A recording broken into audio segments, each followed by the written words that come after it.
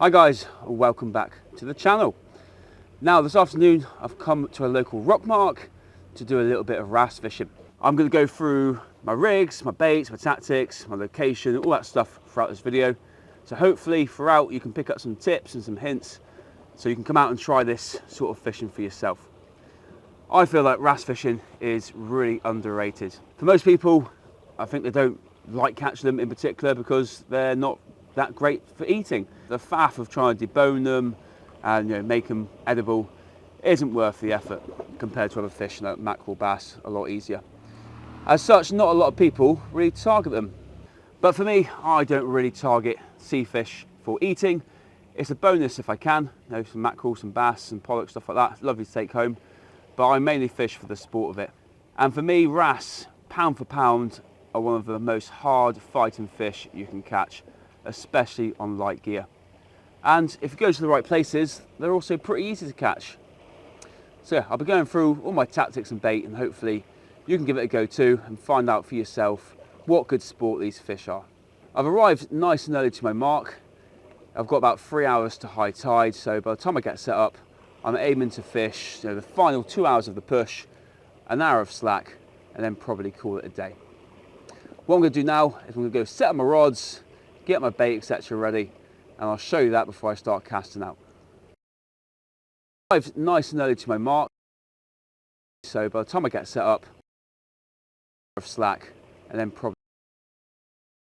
What I'm going to do now is, so like I said earlier, the location I've chosen today is a local rock mark.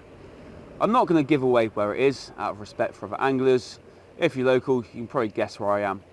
But I've chosen somewhere where it's very rocky. I've got some nice deep gullies to fish into, especially during high tide. The reason I've chosen this type of mark is because wrasse love it. They love the shelter and they love nibbling off the limpets off the rocks. They've got really sharp gnashes, which hopefully I can show later on. And yeah, during the high tide especially, the wrasse will come in nice and close and try and get the limpets off the rocks. So you can, in theory, literally fish right off the edge, under your feet, into these gullies, and the wrasse should turn up and take your bait. So I will be fishing one rod really close in, just into the gullies. You'll see in a minute, I've got a gully to my right and to my left, so I can just alternate between the two. There might be one specific gully that the fish are coming into, so if that's the case, I'll mainly fish that one. Until then, I'll alternate every 20 minutes or so until I find some fish. And then the other rods, I will be casting a bit further out. I will go into the rigs in a bit more detail, but I'll be fishing wheat links because it is very snaggy out there. Not so much the gullies, but especially a bit further out. So I'll be fishing wheat links, so if I do get snagged up, I can at least get most of my rig back. Right, let's go get these rods set up so I can show my rigs. But especially rig back. Right, let's go show my rigs. Right, so the first rig I'm going to show you is the rod I'm be dropping into these gullies either side of me. It's a really simple rig. It's essentially like a drop shot rig with a slightly extended boom. Okay, so I've got a really strong leader material coming off my main line. It's a little bit extreme, I think that's 90 pounds, but it's the only leader I had in my box at the time. So at the bottom of my leader, I've got a swivel, and then coming onto my rig, at the top, I've just tied a figure 8 loop knot, so I've just looped that onto my swivel. I've then got about a foot of line. This is 20-pound line, by the way, and I've just tied a little T-knot. Okay, so it's all one piece of line, and basically you've got twists in this little boom that come off it, and then at the end of that it causes a little loop that you then thread your hook onto. Okay, and that pulls down tight. Okay, it's a very small hook. I think it's a size 1 hook. Wrasse have got small mouths. I'm fishing ragworm. I don't need massive hooks. In fact, a massive hook would probably hinder my chances of actually hooking the fish because it can't get it in its mouth. The hook's too big. So yeah, nice small hooks. From that, it just follows down the same piece of 20-pound line, 20-pound mono. I've probably got about 2 foot of that. Again, I've got a figure 8 loop knot at the end of that. And then here's my wheat link. So I've got a fairly big paper clip, but any paper clip will do. And then I've got a spark plug, simply because these are a lot cheaper than leads. So the chances are at some point I'm going to get snagged. So rather than get snagged and have to pull for a break and potentially lose my leader or this whole rig, the paper clip is going to bend out first. And all I'll lose is probably the paper clip and the spark plug. So it just saves money rather than wasting money on leads. Get these fairly cheap, probably at least half the price of your leads. So it's just a more cost-effective way to fish. And that's it for that rig. All I've got to do is put some ragworm on that and I can drop it into the gullies. Before I do that, let's take a look at the rig that I'm going to send a little bit further out.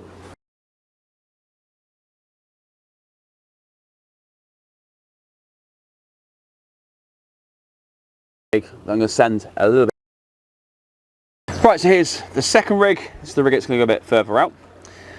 So exactly the same to start with. I've got my 90-pound leader and that comes on to just a basic swivel. And then attached to that, I've actually got a pre-tied rig. Okay, it's just a cheap Shakespeare salt pre-made rig. So it's called a flapper rig. Now, this started off as a 3-hook flapper rig. So basically, as you come down your mono, you've got a crimp, a bead, a swivel, another bead and a crimp. So the crimps stop the swivel and the beads from moving, and the beads just help keep the swivel in place and that can turn. So if you're a coarse angler, a little bit like how a helicopter rig would sit, okay, that can spin around freely. And then coming off that, I think it's some 20-pound mono, again onto a nice small hook. Now if I follow that trace down, this is actually a 2-hook flapper to begin with. You see a bit of line left over there. I've snipped the hook off that lower one. There's no reason for that other than I don't want lots of hooks flying around, potentially getting caught up. I'd rather have one hook fishing really effectively than potentially one hook getting snagged up and messing around with that. So yeah, just a 1-hook flapper rig on this occasion. But I will keep the hook and the line that I cut off from that so I can use it again later on. Coming down from that, it's just a little link there. Again, a paper clip and the spark plug. What you do have to do is just close the gap on the spark plug just by pushing it into a rock, otherwise that paper clip could slip out of it. And that's it. I'll be using ragworm on both setups. If I run out of bait, I can find some limpet and use that instead, but I've got plenty of rag to use up. Right, I promise we will get these rods out. I just wanted to show you where I'm going to be fishing. So there's my tripod, and I'm just going to send one rod kind of straight out in front of me into the more open, deeper water. And then to the left of me, I've got a lovely gully. So at times I'll fish one rod in there, and then say probably every cast to begin with, I'll just switch over to this gully on my right hand side. See, they're deep, they're pretty clear, and there can be lots of limpets and other types of shellfish like that on these rocks. So the wrasse going to come in and try and eat them.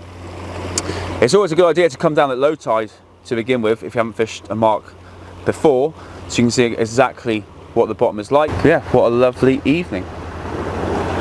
So yeah, I've got about 3 hours of fishing now. Let's get the rods out there and see what we can catch.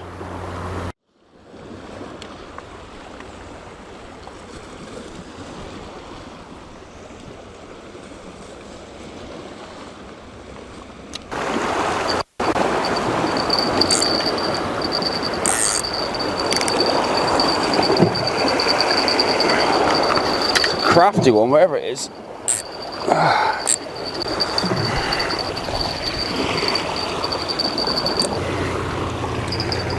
Paper clip's bent out, lost the spark plug, but got my whole rig left, so I can quickly get a new spark plug on, fresh bit of bait, get it back out there. Right, I think what I'll do this time, I'm just going to hold the rod. His bites are so quick. Let's just hold the rod. Feel for the bite. and hit it. That was a bite, missed it. It's a bit of a game. Don't want to strike too early, that the hook hasn't gone into the fish's mouth. You don't hook it on the strike. But as I've already proven, you can't leave it too late because they'll just snag you up. Yep, there we go. Yeah, target species. Not the biggest one, but I don't care about that. And here we go. First fish of this session is the target species. You see that hook hold? And whilst it might not be a monster, it's a sign that there's fish around. So hopefully the next one isn't too far away. And you know what? It doesn't always matter how big the fish is. It's about enjoying the moment of catching it, admiring its beauty and returning it safely. Now, let's go and rebait the rig and go and catch your mum. Right, I've changed my mind. I'm going to get this second rod out first because it's baited, it's ready to go. Let's get it out there and then we'll go back into that gully. So, not casting a massive distance at all, don't need to.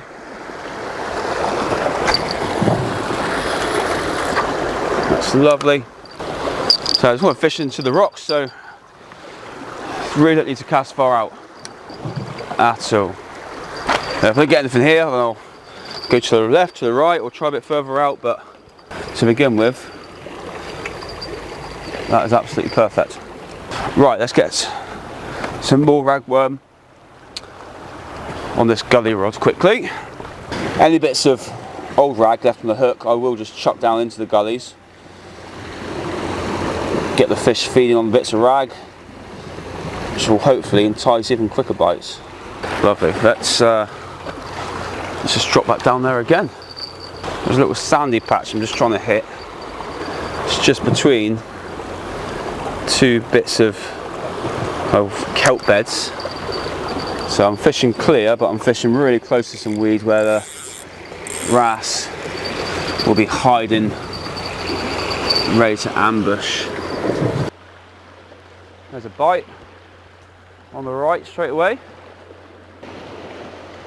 Yeah, tide's, oh there we go, tide's really starting to push in a bit now. Hopefully bringing in lots more fish in with it.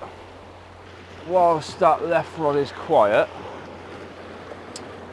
let's see if I can show you how close in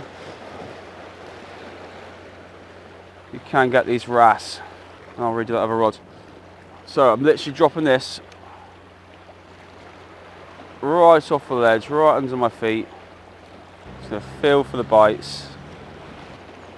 You expect bites quite quickly, so if nothing happens after a few minutes, just lift it up, drop it in a new location. Yep, fish on.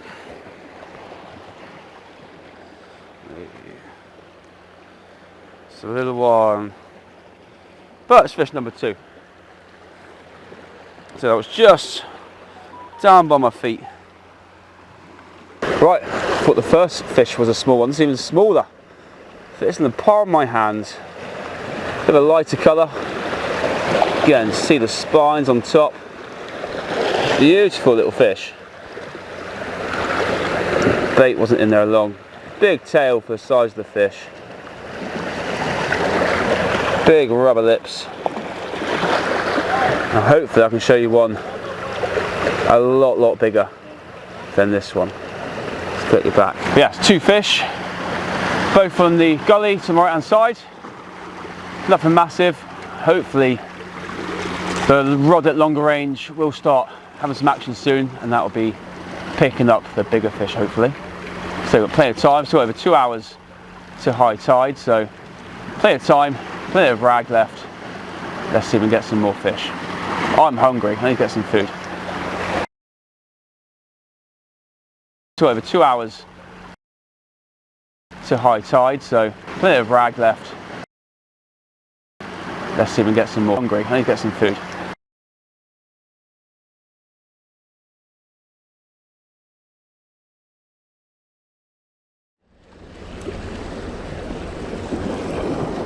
Slightly better fish than the last one at least.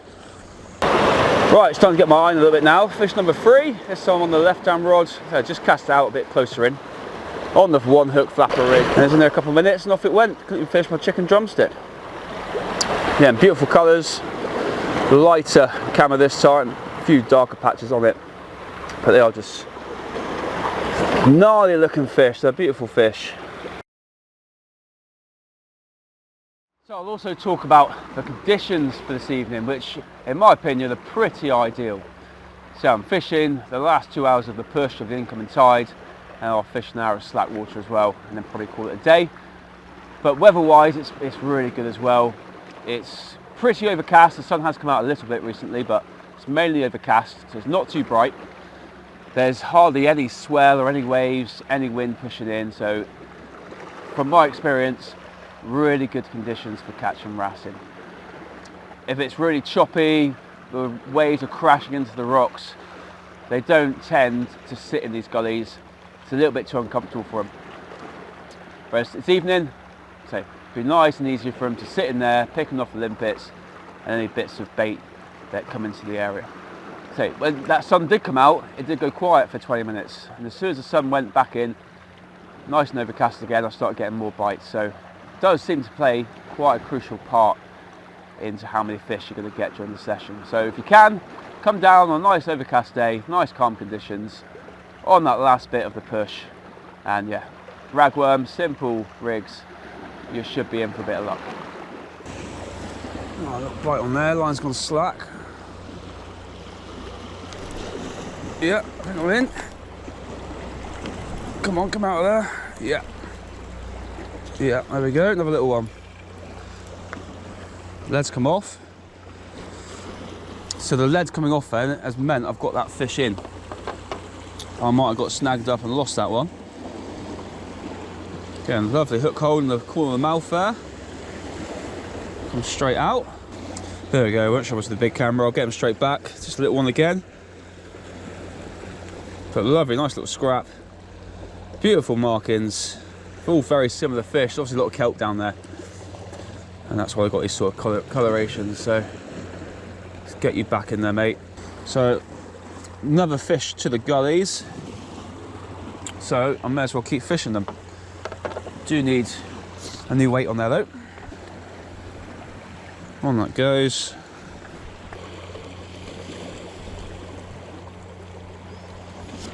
Flip that out.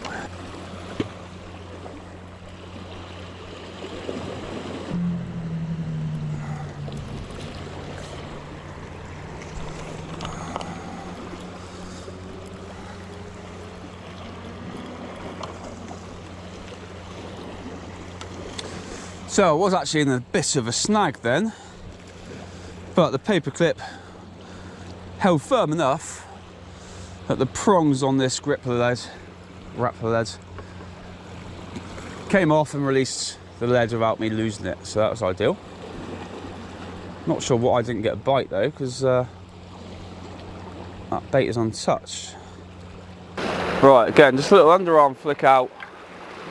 It's into the mouth of the gully. So it's nice and deep.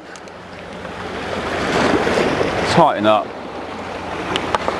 On the rest.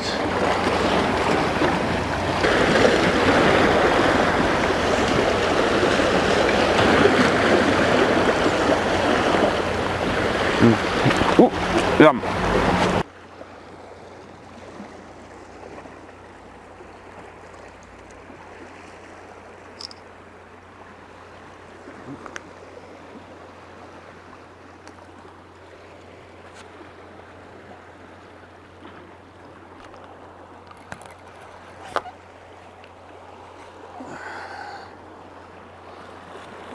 Right, not huge, but the biggest one of the session. He lost him. Right, he just slipped out and got straight in the water. At least you saw him quickly. Lovely camo colours. That was straight out. I mean, I kept the camera rolling in the end after casting out, so it didn't take long. What's that? Fifth fish for the session. Biggest one. Let's get it back out there. Try and get an even bigger one if we can.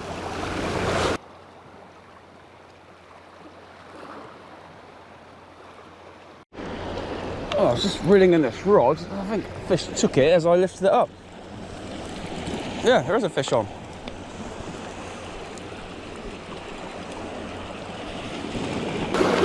Right, about an hour left to go now to have another fish. I was actually just reeling in the rod and the fish took it. It's probably about the same size as the last one, approaching 2 pounds. Again, lots of them in this colour. Lovely camouflage colours in the kelp there. Angle on this one. And yeah, big rubber lips. Look at that. Beautiful fish, aren't they? Don't know why people don't enjoy catching these more, especially on such simple tactics. These are beauty. Give the camera a kiss. Say goodbye. Chance of a couple more before we go. Fingers crossed, eh? Yeah, beautiful fish. Really good fun session. Give it a go. It's cheap, it's easy, it's accessible. If you don't mind climbing on some rocks. I'm only parked a couple of minutes away. And yeah, what's not to like about catching these beautiful fish? Right, time has snuck up on me and suddenly it's 9 o'clock. So it's high tide. I did say I'd fish an hour of the slack, but I've had 7 fish now. A couple of more decent ones, so I've decided to just do one more cast on each rod, give it half hour. I'll leave them in there, hopefully they go in that half an hour. I'm just going to sit back and kind of enjoy the rest of the sunset. Both rods a bit further out again now. There seems to be nothing happening in the gullies right at high tide, so whether they come in on the push, have a bit of a munch and then head off again, I'm not sure. Maybe I just spooked them off by catching a few early on. But yeah, I'm hopeful of one more fish to show you before it's time to go home, and hopefully that last one is a monster.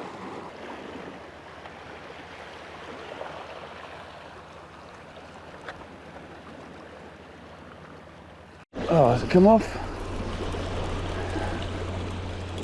It's come off.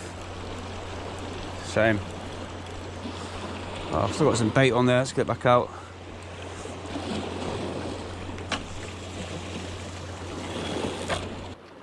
Right, I tried to get one last fish before I went home and finish on a high. I have lost a fish and had a couple of bites but didn't hook into them, and it has started to slow up a little bit. Whether that's because we're on slack water or because of that seal, who knows. I tried to get one last. Been a great session. I've had 7 fish landed, up to just over 2 pounds. Great bit of fun. Highly recommend it. Whatever type of fishing you do, if you just love catching fish, different species, then wrasse fishing is a great way to go. I tried to get one last great scrap, get light gear. You can fish cheaply. The most expensive bit today was the ragworm. But there's no reason you can't just use limpet, bits of squid, stuff like that, cheaper stuff. Ragworm is my favourite bait though, so maybe great scrap, get light, get your confidence in. Gear. And yeah, rigs really simple, 1 hook flapper rigs, little T rigs.